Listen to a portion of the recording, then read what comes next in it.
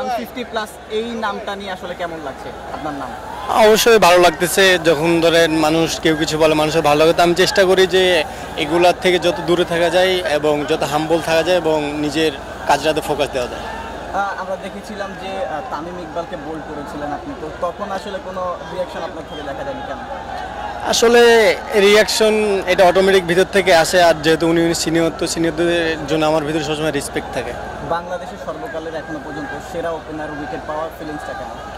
অবশ্যই ভালো, দেশের ওপেনার উইকেট পেলে তো সবসময় ভালো লাগে, অবশ্যই ভালো লাগতেছে। আর একটু জানতে চাই, এই যে ভালো বোলিং করছেন, ভালো একটা রিদমে আছেন, ড্রেসিং রুমে আসলে টিম বন্ডিংটা কেমন বা আপনার কী বলে?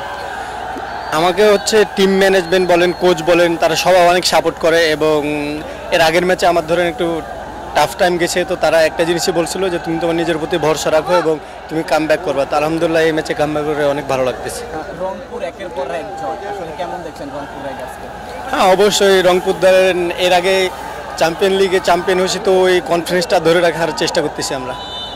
খেলছেন একের পর এক ভালো এবং উইকেট পর আজকে 3টা উইকেট পেয়েছেন, player of the match BPL কেমন লাগছে? আলহামদুলিল্লাহ অনেক ভালো লাগছে, সব কিছু উপরওয়ালার ইচ্ছা।